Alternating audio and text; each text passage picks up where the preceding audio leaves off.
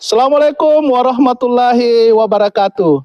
Perkenalkan, saya Muhyiddin SPD MAP, Kepala Sekolah SD Negeri 001 Nunukan Selatan, Kabupaten Nunukan, Provinsi Kalimantan Utara. Setiap anak berhak untuk mendapatkan pendidikan, termasuk anak yang berkebutuhan khusus.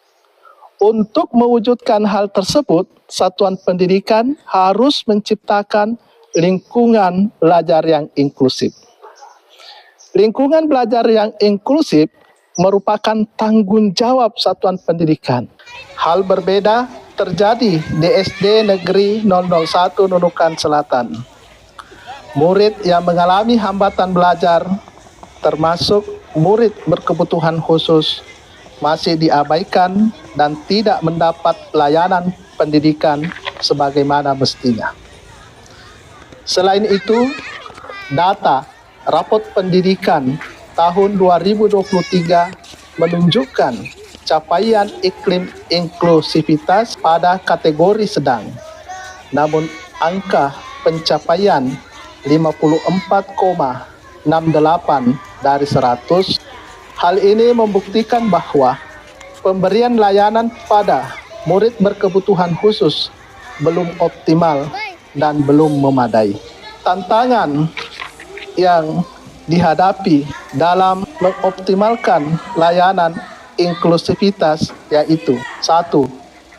Terbatasnya kompetensi sumber daya manusia. Keterbatasan kompetensi tersebut dapat berasal dari pendekatan dan strategi pembelajaran, metode pembelajaran, media pembelajaran, maupun kemampuan dalam mengidentifikasi kebutuhan belajar serta asesmen yang digunakan. Yang kedua, terbatasnya sarana dan prasarana sekolah. Misalnya, belum tersedianya media pembelajaran, alat bantu dengar, huruf timbul, belum tersedianya toilet khusus, maupun belum tersedianya jalan untuk kursi roda. Yang ketiga, rendahnya kesadaran orang tua dan masyarakat terhadap murid berkebutuhan khusus. Orang tua dan masyarakat masih tidak menerima, malu, dan cenderung terkesan membedakan antara anak normal dengan anak yang berkebutuhan khusus. Yang keempat, belum terjadinya kemitraan dengan lembaga pendidikan khusus. Berdasarkan tantangan yang sudah dijelaskan sebelumnya, maka langkah-langkah mengatasi permasalahan tersebut yaitu: 1. Melakukan refleksi. Yang kedua, membuat perencanaan. Yang ketiga, melaksanakan. Serta yang keempat, melakukan evaluasi. Selanjutnya, untuk mewujudkan langkah-langkah yang telah ditetapkan, maka strategi pelaksanaan yang dilakukan adalah: pertama, menjalin mitraan dengan SLB Negeri Nunukan. Hal ini dimaksudkan untuk berbagi pengalaman dan keterampilan menangani murid berkebutuhan khusus. Kemitraan ini telah dituangkan dalam kesepakatan bersama yang ditandatangani oleh Kepala Sekolah SD Negeri 001 Nunukan Selatan dan Kepala SLB Negeri Nunukan. Yang kedua, melakukan identifikasi murid berkebutuhan khusus. Guru kelas melakukan identifikasi di kelasnya,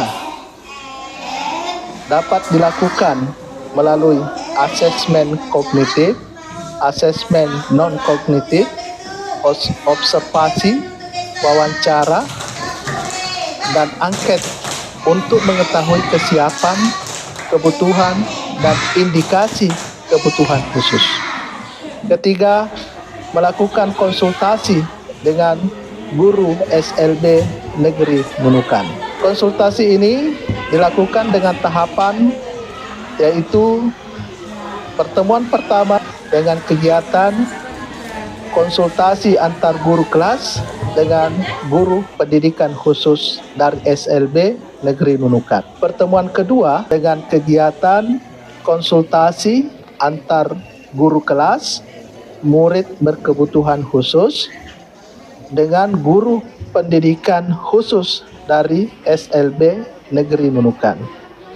Pertemuan ketiga dengan kegiatan konsultasi antara guru kelas, murid berkebutuhan khusus, orang tua murid, dan guru pendidikan khusus dari SLB Negeri Nunukan. Pertemuan yang keempat adalah evaluasi. Kegiatan yang dilakukan adalah melakukan diskusi dengan seluruh stakeholder yang ada di sekolah, baik guru, tenaga kependidikan, untuk membahas tindak lanjut yang akan dilakukan.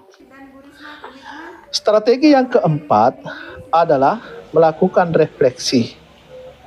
Ada 2 refleksi yang dilakukan, yaitu pertama, refleksi dengan guru SLB, yang kedua, refleksi dengan guru kelas. Strategi yang kelima, monitoring pelaksanaan hasil konsultasi. Untuk memastikan pelaksanaan tindak lanjut dari saran guru SLB, dilakukan monitoring. Teknik monitoring berupa observasi pembelajaran, wawancara, coaching, ataupun laporan pelaksanaan tugas guru.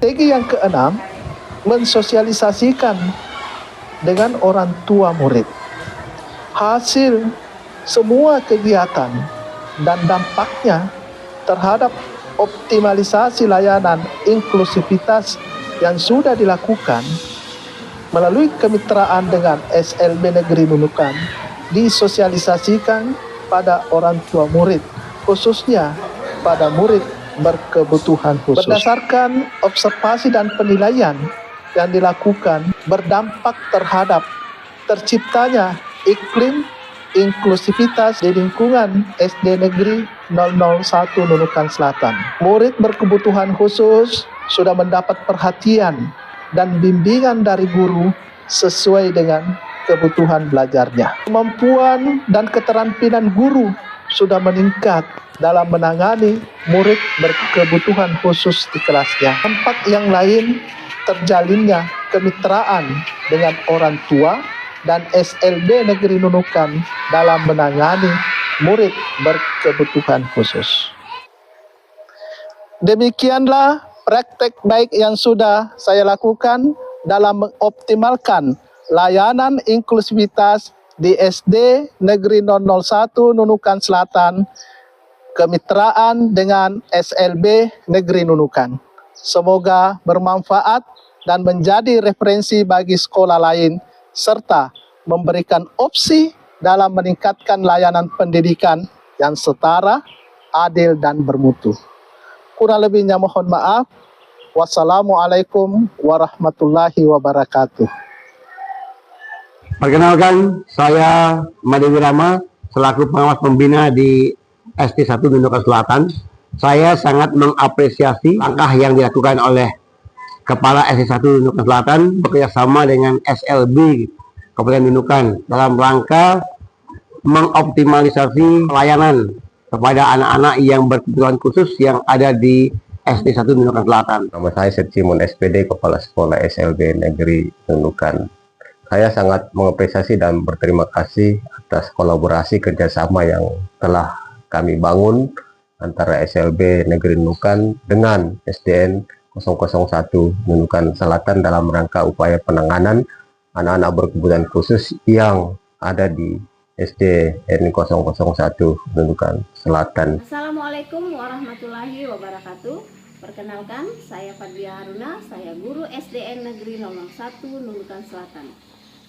Terkait dengan program yang telah dilaksanakan dengan kemitraan SLB Negeri Nunukan, tentunya saya sangat mengapresiasi dengan adanya kegiatan tersebut. Dalam hal ini, sebagai guru, saya merasa sangat terbantu sekali dalam rancang pembelajaran yang memperhatikan keberagaman dari peserta didik.